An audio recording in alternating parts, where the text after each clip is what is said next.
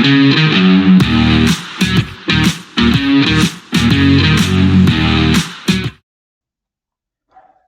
welcome back to the Supercoach Enough channel. In this video we're going to do our team list reaction for round 9, albeit not live this week. I've had a bit of work on, so I guess we'll still do the same format, look at Sportsdeck and then get into it, but I guess by the time it's sort of edited and thrown up on YouTube it will be a little bit later than usual, so apologies for that. But I guess with the sports deck, we did have a good week. 334th for the round with a 1040. It's a pretty good score. Got us up a couple of hundred places overall. But I guess, you see 637, I think that's pretty good. It's still only top 20% of the smaller pool of players. So we're working on it. But won my round 8 league head-to-head as well, which is nice. So Jeremy Marshall-King with 59 is a solid return and probably one I'm looking to target in other formats as my second hooker after Harry Grant. I guess the pod play of anti-podding Harry Grant isn't working though. Appy Coruscant with the 16.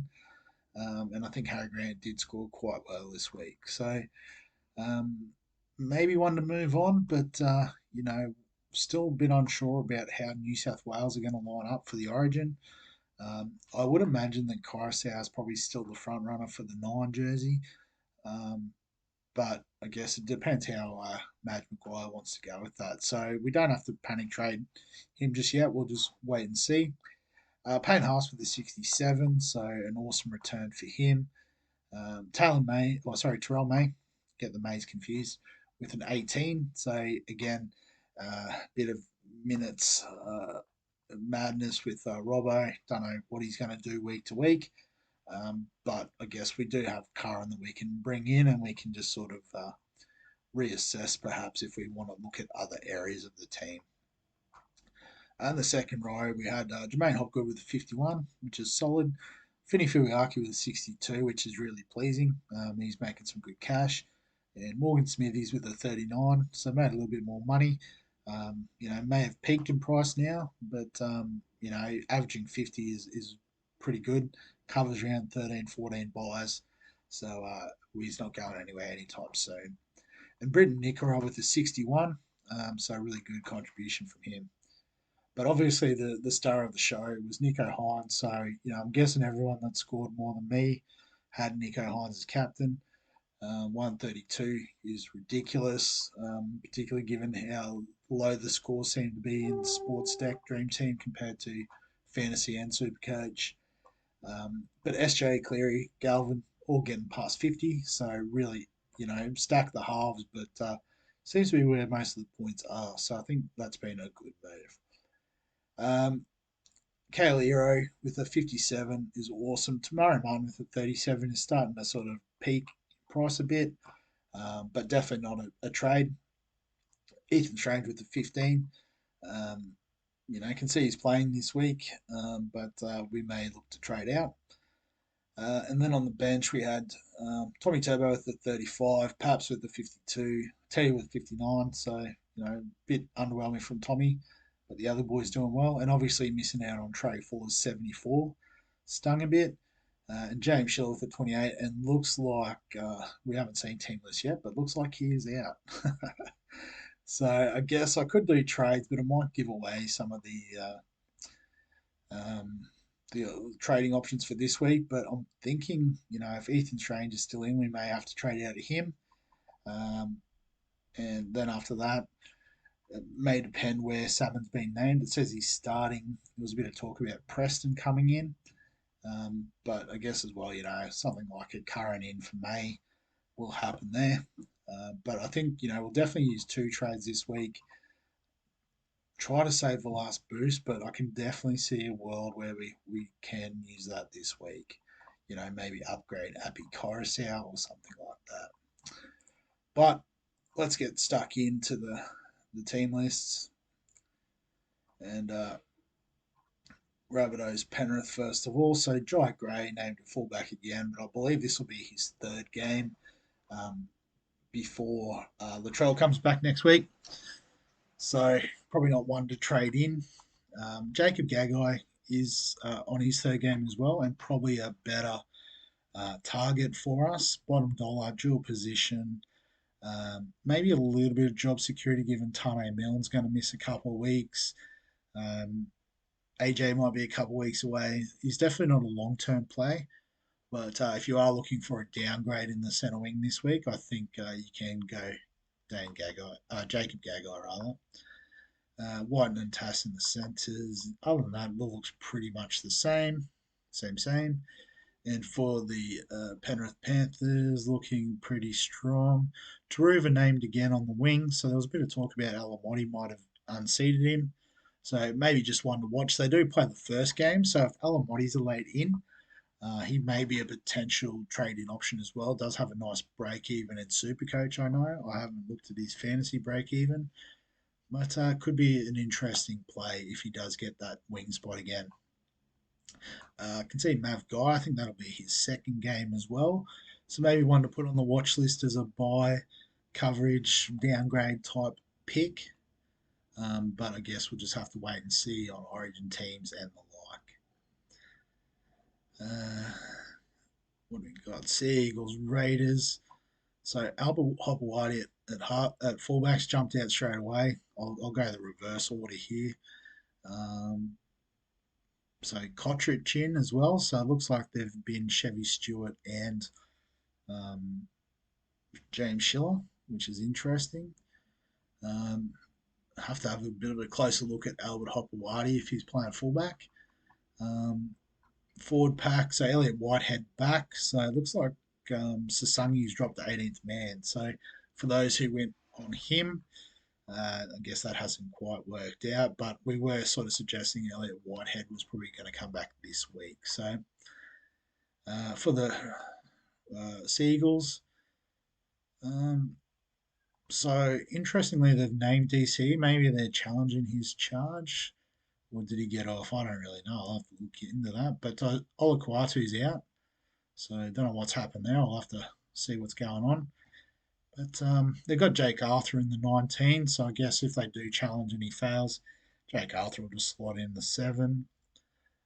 Ruben Garrick is obviously a great buy for Supercoach, bottomed out in price after his monster score last week.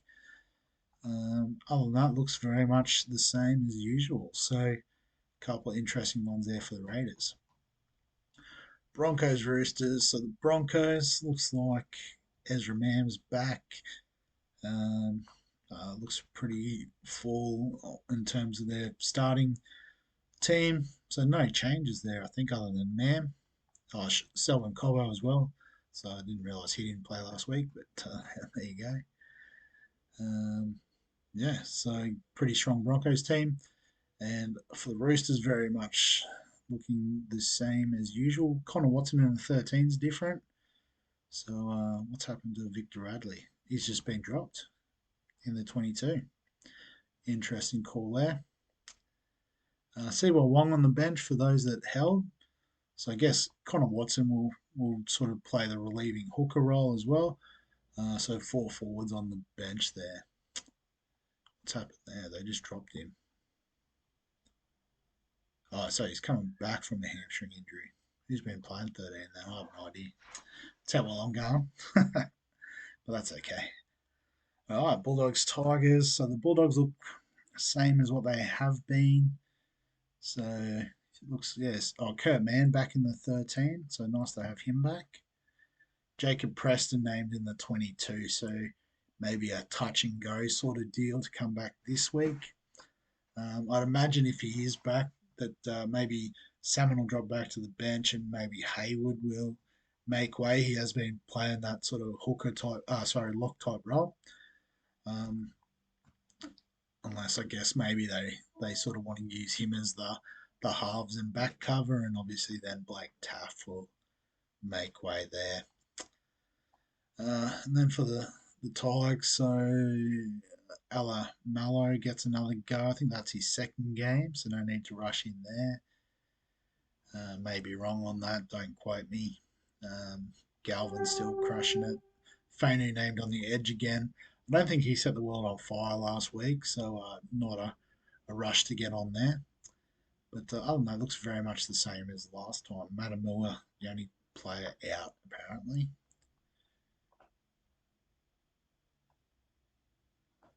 Yeah, so it looks like Tola's on the extended bench, so that might be one to keep an eye on there.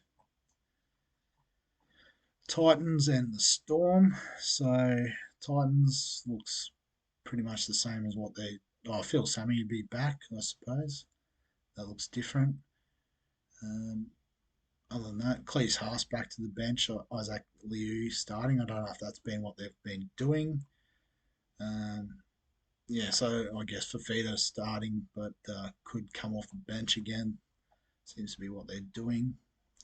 Joe Stimson, a prop, probably not too fantasy supercoach relevant, so that's fine.